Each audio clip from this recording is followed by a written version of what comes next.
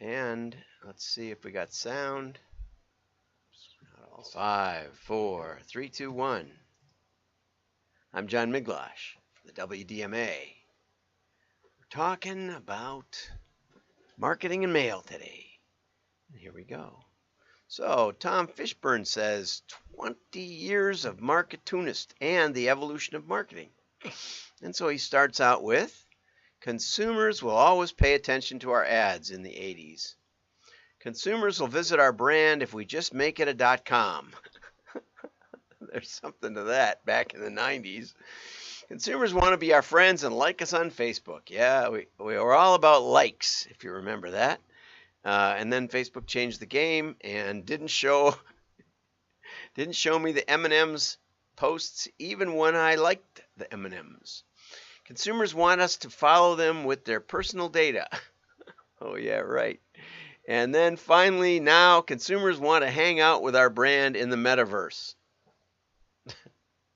Are any of these ever true? Maybe this one was true for a while and this one a little bit for a while. So Tom says, last Friday marked 20 years of Marketunist.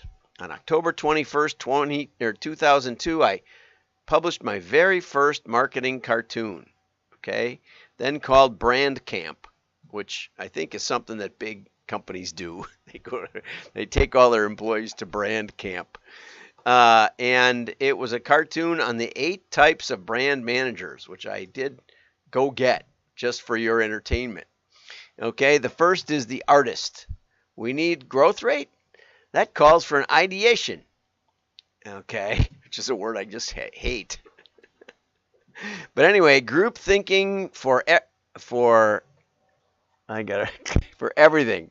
Always late to meetings, the artist. So what do you think? The number cruncher. I love the smell of Nielsen in the morning. Finds a regression for everything. I like that one. Rarely leaves his desk. The Proctoid, which is funny because I think Fishburne worked for Procter & Gamble for a while. That's not how we did it at P&G. Can't function without process. May be brainwashed. The Reservist. There is no I in team. There is me. Anyway, I better not add that. Takes leadership role very seriously. Frequent military analogies. The consumer advocate. Well, if I was a 6-year-old Hispanic boy, I'd want. Bases decisions on personal assumptions about consumer behavior. The masochist. I didn't get this one. Still better than iBanking. Works nights and weekends for no apparent reason. The sadist. This was even funnier. I forgot to mention I need this by Monday at 8 o'clock. Pushes others to work nights and weekends for no apparent reason. And the Politico. Have we met yet? I'm blank. Plays tennis with senior management. Always gets the choice assignments. Okay, so that was his very first cartoon. So he said, I emailed his first cartoon to 35 coworkers from my cubicle on the 4th floor, linking it to a newsletter sign-up. I imagined this marketing cartoon series would be mainly for my coworkers in the office, but I soon started hearing from people working in marketing in a wide variety of companies all over the world. I learned we all share similar stories and experiences in this funny marketing industry of ours and business in general. Marketing is constantly in a state of flux with an endless stream of shiny new things to distract us. But the more things change, the more things stay the same. Over the years, I've loved this communal feeling that we are all figuring it out together.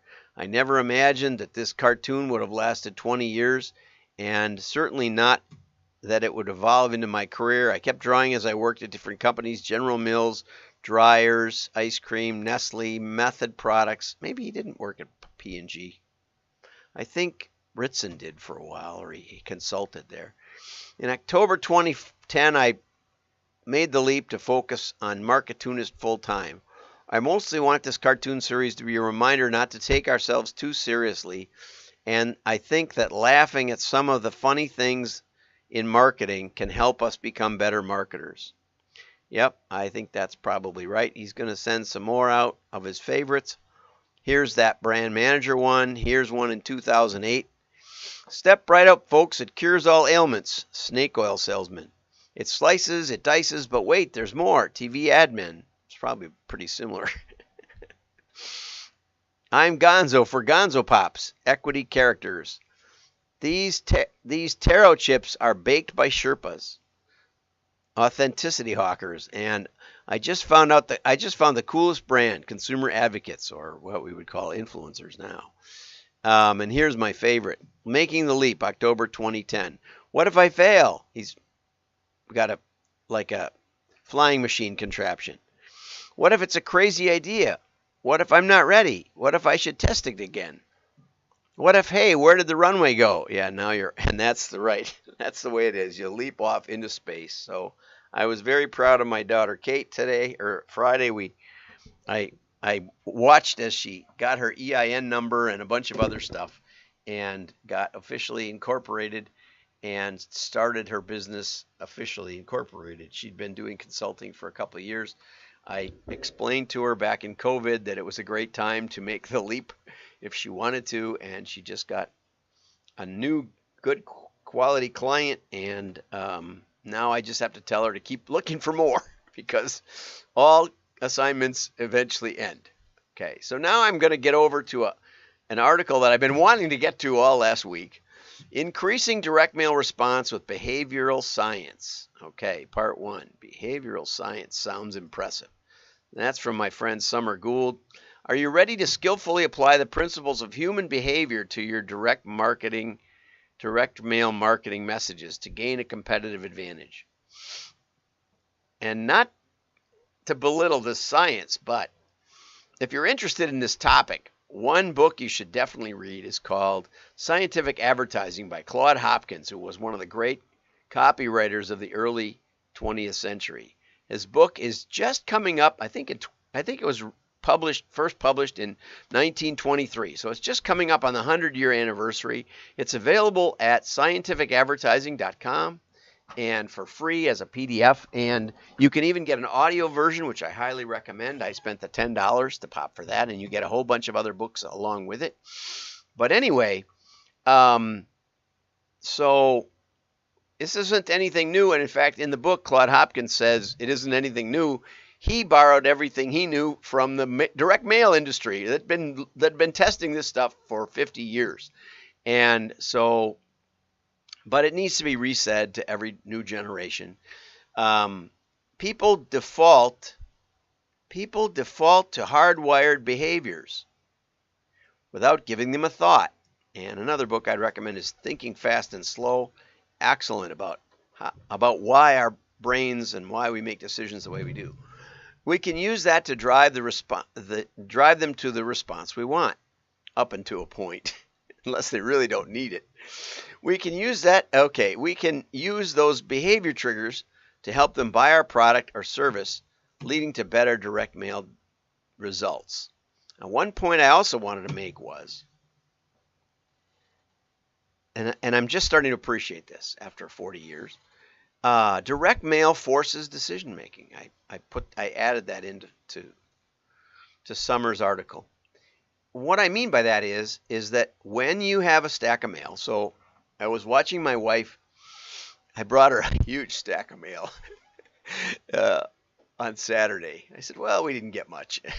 And she's like, Anyway, and I watched her take a few minutes to go through each piece of mail and throw most of it out. Yes, that's true.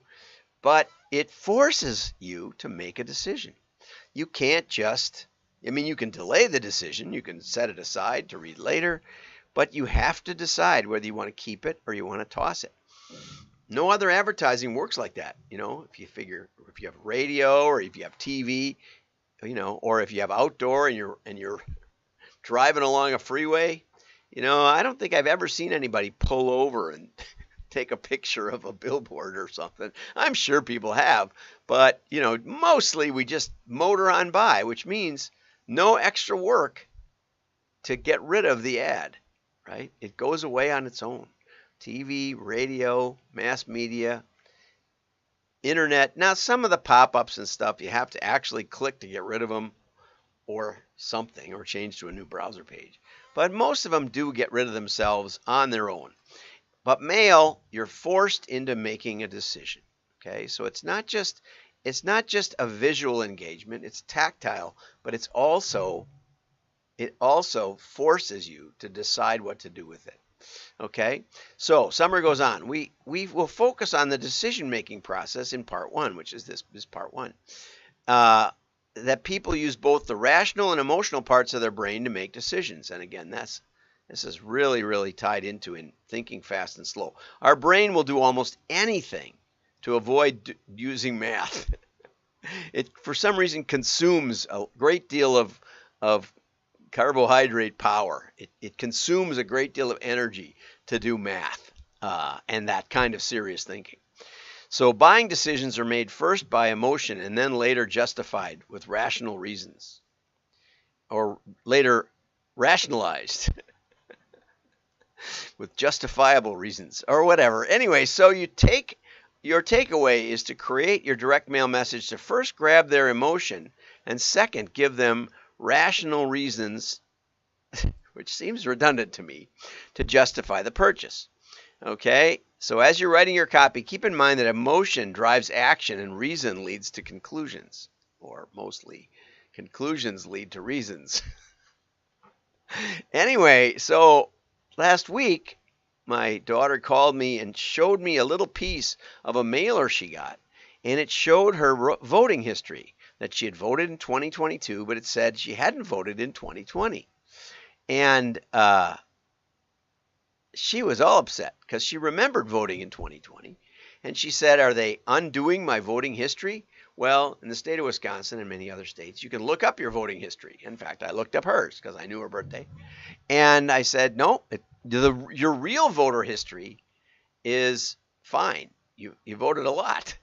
I said, but what that was a mass mailing that shows everybody not voting in 2020. And it's meant to get your attention and meant to get your anger up, probably. I said, that is emotion. And now you have to read the rest of it to see what they're up to, right? Which is exactly what she did. She said, well, if they were trying to get out the vote, that made me want to never vote. If they can't keep track, or what, are they disallowing my vote? I said, calm down. It got her really emotional. Okay, so, how can we create emotion? You can showcase how they'll feel to save time and effort by using your product or service. Tell a story about how someone's life improved. Choose pictures and colors that elicit emotion. Make them feel special with your special offer. Show a large group of happy people. Now, this one is the bigger one, a painful situation that can be avoided. I tried to get Mary and Merrill Dow, the pharmaceutical company. They were, Cardizem was going off patent. And so I said, how about Cardizem users read this ad or drop dead? That'd get emotional. But anyway, that's from David Ogilvy's book. If you're going to have liver treatment, mention if you suffer from liver ailments in the headline. Anyway, fear of harm and loss may be the most powerful. One of my friends who had been in advertising for a lifetime said, you have to back the hearse up to the door. And the idea, there was an Allstate ad, I think it was Allstate or one of the insurance companies, where they were taking the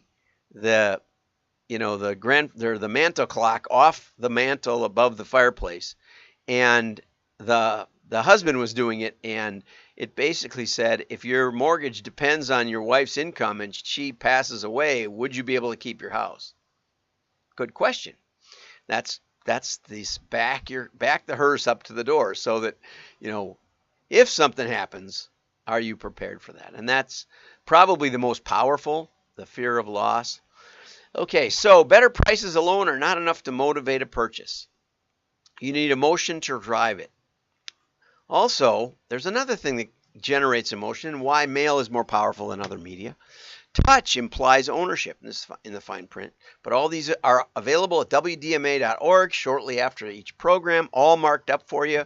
You just have to subscribe, which is free, and then you have access to the members only section. So touch implies ownership. You feel like you've already owned it. So I've got a Land's End mailer right here, and it's got pictures of coats, And it's got a heck of an offer. There's an offer on the back that says 1 warm coat drive. Donate a coat and get 50% off a new one. That's a heck of an offer, right? That's a heck of an offer. My goodness. Anyway, just holding it and seeing a picture of the product gives you the same kind of mental trigger as owning it and someone trying to take it away from you. So throwing it in the trash then is emotionally draining. You can struggle with that. Okay, use a story to paint a picture of what it's like to experience using your product or service. And as I said, even the tactile connection with that picture of an item gives you an emotional response. Okay, use images that show a person eliciting the emotion you want to generate. Our brains respond as if we are experiencing that emotion. Same thing. Finally, providing reasons to buy is critical if you want your direct mail to drive a purchase. Give them a reason, even if it's a silly one. Right? Okay, it'll look better than it'll look better than your old car. It'll make your house look better if you have this car in front of it. And lastly, have fun with your direct mail and reach out to Summer if you need help with direct mail marketing. I'm John Miglosh. Have a great day. Don't like, share. Share the article and good things will come to you.